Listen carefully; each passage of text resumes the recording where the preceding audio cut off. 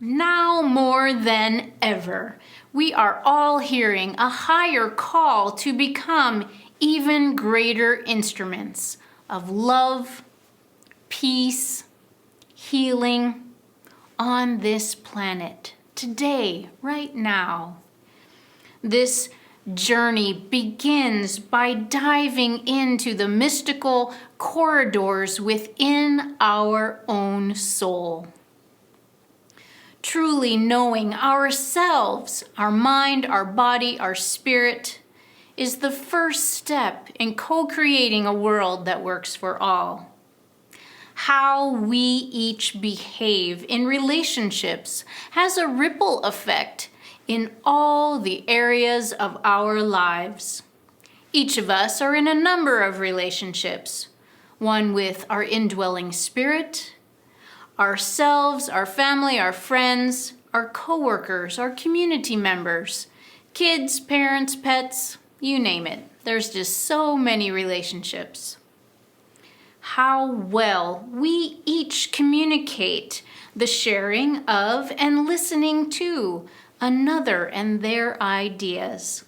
How well we communicate in all those various relationships influences the length and strength of the relationship. Which is why we are exploring Crucial Conversations, the book by Carrie Patterson, Joseph Granny, Ron McMillan, and Al Schweitzer. It's a tool for both inspiring personal transformation and co-creating a harmonious world that works for all. A crucial conversation is a discussion between two or more people where the stakes are high and the opinions vary and the emotions run strong. The metaphysical meaning of language as defined in The Revealing Word by Charles Fillmore, the co-founder of Unity, is this: an arbitrary arrangement of sounds used to express thoughts. Thus, the same thought in the minds of two people may be beyond their power to communicate to each other because they are not familiar with the intellect's provincial dialect. If these two people were conscious of the mental plane where images are the basis of language, they would have no trouble in communicating, even though they are born and live in different races and dialects. The image of a horse in one mind could be seen by the other mind instantly, and communication be easy. The common language of mankind is based on thought images. Fillmore is referencing our departure from the alignment of being one with spirit, one with divine mind, and falling into sense consciousness or ego. So the shared goal of language is creating shared meaning, seeing within the mind the same image, and coming into the shared understanding of that image for both individuals or the group at large. Previously, we talked about how the human body is hardwired to fail at engaging in a crucial conversation. There's a number of things happening to help us both avoid and fail miserably in having an important conversation. There's biology, high adrenaline, fight, flight, freeze, sending blood flow to the arms and legs and none to the brain. Surprise! We are caught off guard by a conversation becoming crucial. We forget to breathe. And we become confused, being caught off guard. We don't know what to do next. And without blood flow to the brain and oxygen to the lung, all of this causes self-defeating behavior. Without proper brain function, we typically don't do or say the right thing. we do the wrong thing and make the situation worse. Should I ask for a show of hands? No. So whatever the conversation you find yourself in, at home, at work, at school, with friends, with family, remember the ABC 1, 2, 3 process. A, start with your heart. B, focus on yourself first. C, stay focused to the larger goal. A, start with your heart, your own heart. What's your intention in being in this conversation? B, work on yourself first. More often than not, we contribute to the problems that we're experiencing. The only person we can really inspire and shape is ourself. C, stay focused. Stay focused no matter what happens. Stick to the goal of the conversation. Don't fall prey to the sucker's choice, the either or choices. Don't fall in or give an ultimatum for yourself. Move away from that either or thinking and into a yes and mentality. Clarify what you really want. Clarify what you don't want. And find the third option. Where do each person's goals and values overlap? There's your solution. Stop and clarify for yourself. What do I really want? What do I want to not happen? Ask your brain the more complex question. How do I insert what you want without having to experience insert what you don't want? When we present our brain with a demanding question such as this, our body naturally sends precious blood back to the brain to help us think, and away from the parts of the body that are ready to take flight or get into a fight. This is the original fix for that original trigger. We can do this. Asking questions about what we really want reminds us of our goal and energizes the brain in such a way it keeps us focused on the matter at hand. Clarify what you want, clarify what you don't want. Ask your brain to start searching for healthy options to bring back the healthy dialogue. The authors of this book, Crucial Conversations, share that in order to manage crucial conversations, we need to do what is called dual processing.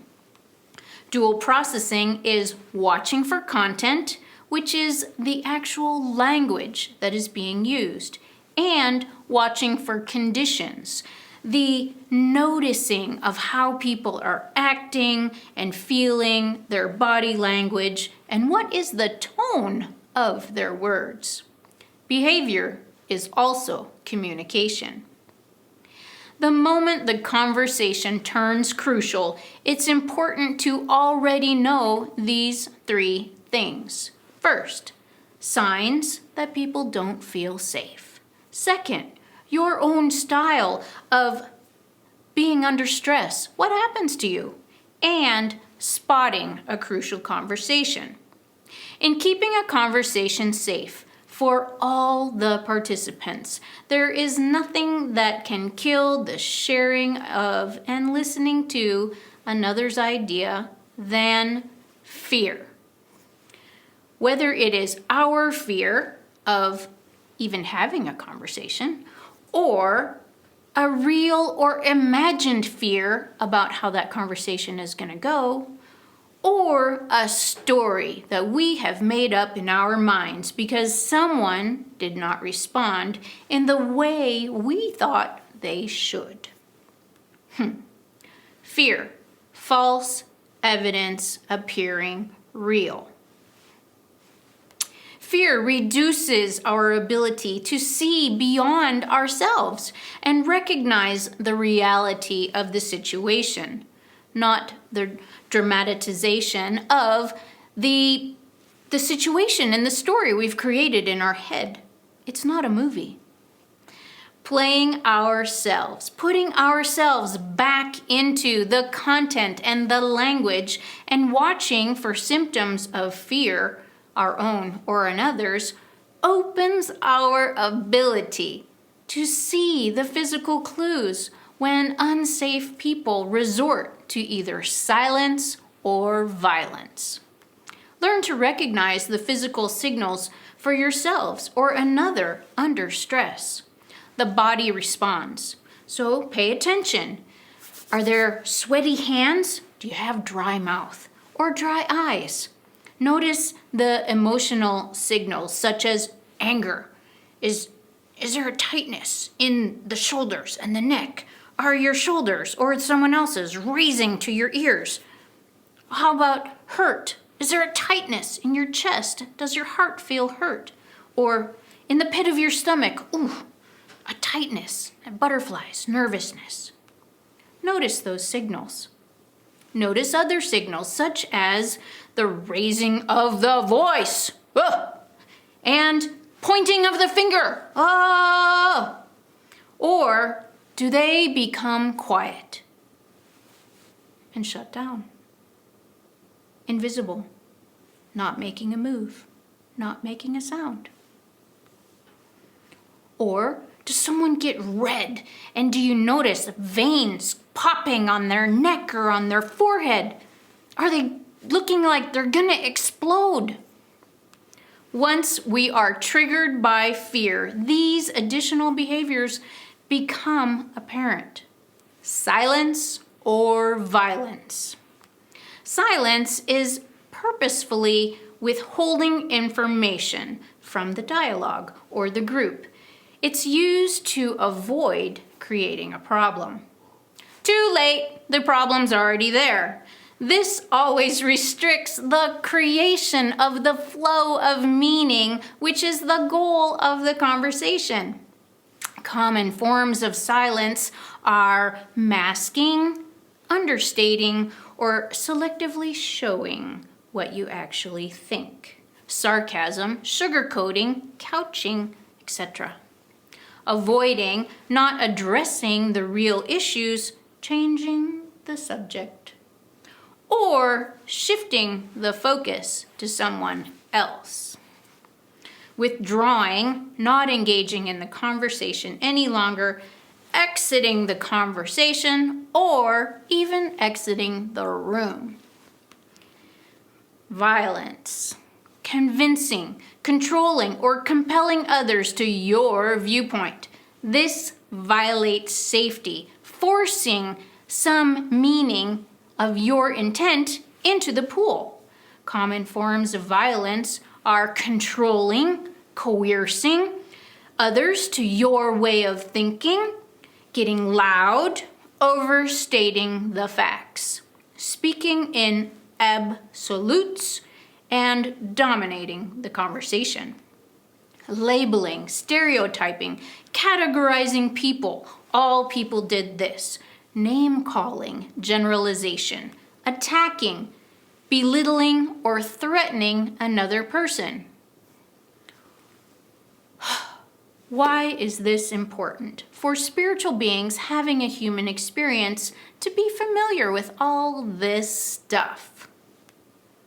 In every area of our lives, at home, at work, at school, at Unity, at a sports game, at a restaurant, at a private or public event, we can easily find ourselves in a crucial conversation where the stakes are high and emotions are raised. It's impossible to co-create a harmonious world that works for all without inspiring our own personal transformation, which includes changing our behavior to be more inclusive to differing ideas, people, places, circumstances, and outcomes. What are we trying to do with this crucial conversation process? Here is what we're trying to do. We are trying to recode, to reprogram our internal natural hardwiring. Is it easy? No. Is it possible? Yes.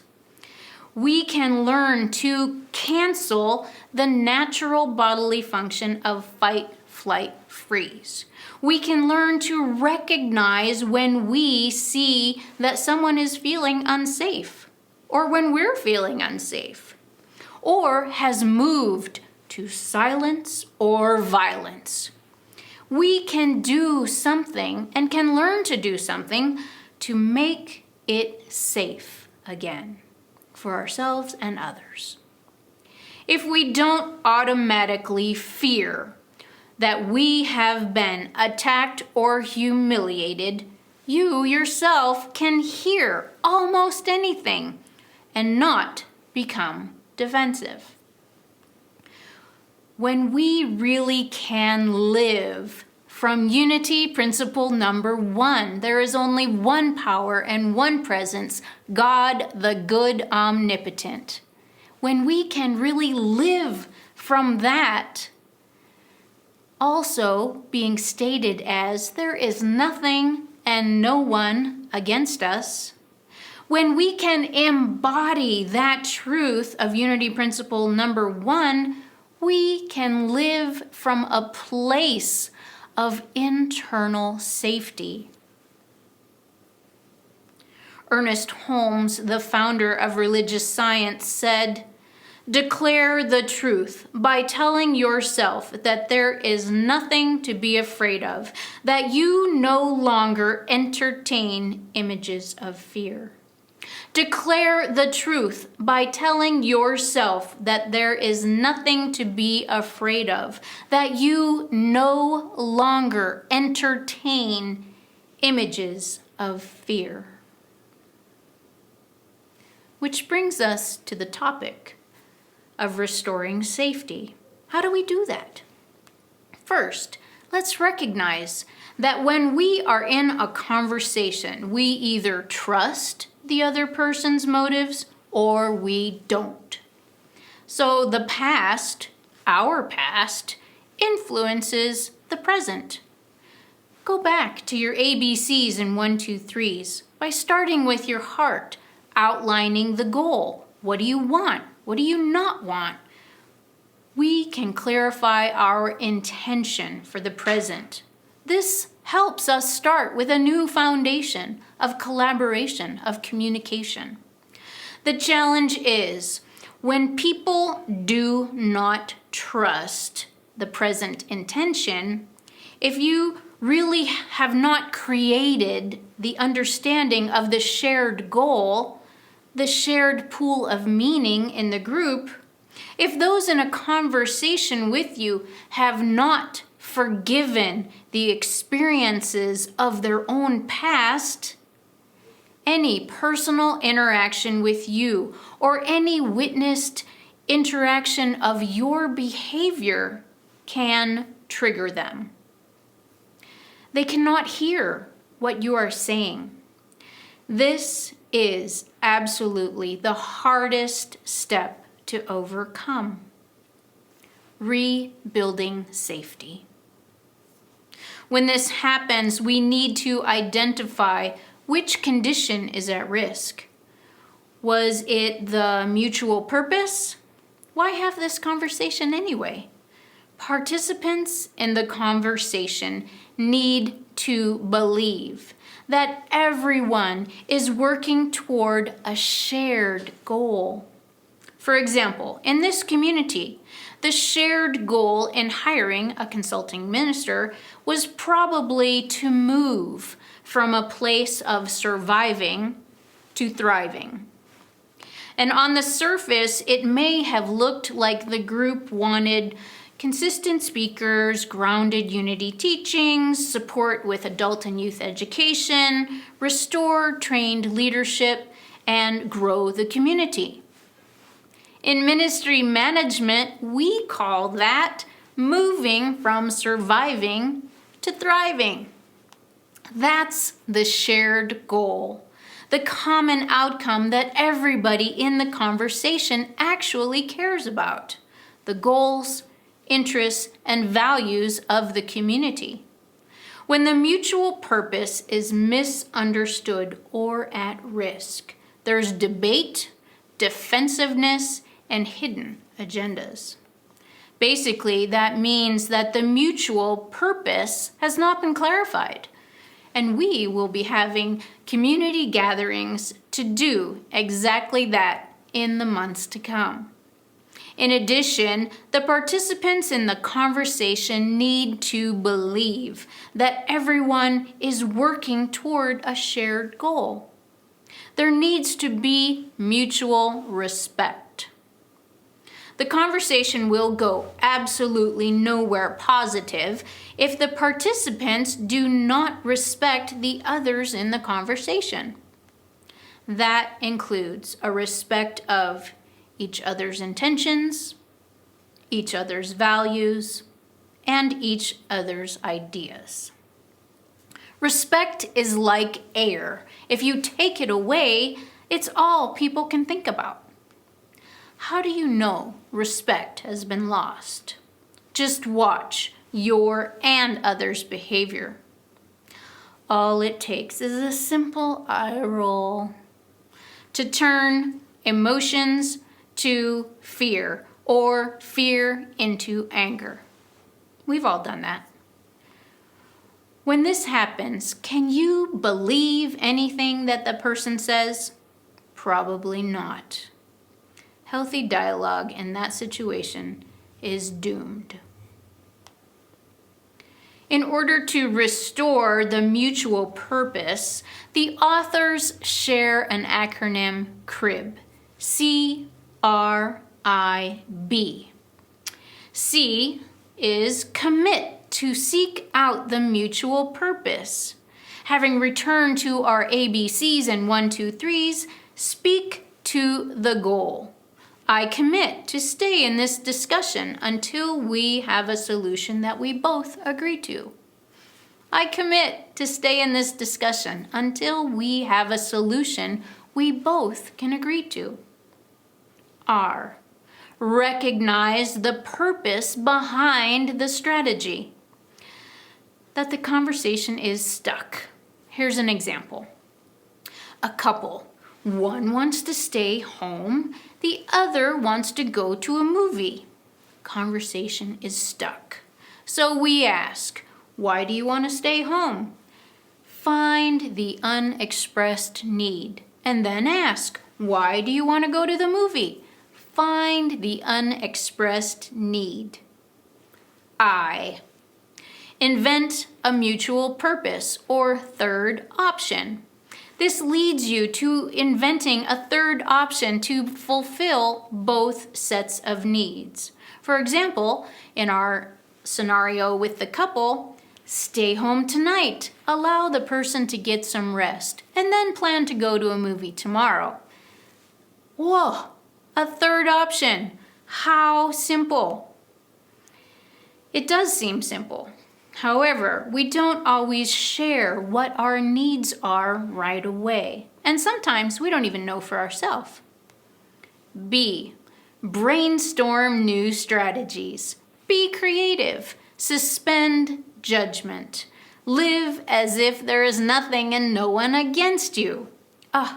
Endless possibilities. When we remember each contributor to the conversation has a unique perspective to share and a combination of thoughts and feelings that make up personal storehouses of values and meanings. We don't all share the same pool of information and opinion. Each of us are divine expressions of the One. We each have a unique inspiration from Spirit, one that contributes to the greater good of the whole. Healthy dialogue opens a safe space for each person to share their ideas and their meaning with the larger group. I really want to encourage you to participate in the community chats or to notify the office that you want to speak with me. Use these opportunities to have healthy dialogue and expand the pool of shared meaning. about the various needs, activities, and areas of this spiritual community. I look forward to talking with you. Namaste.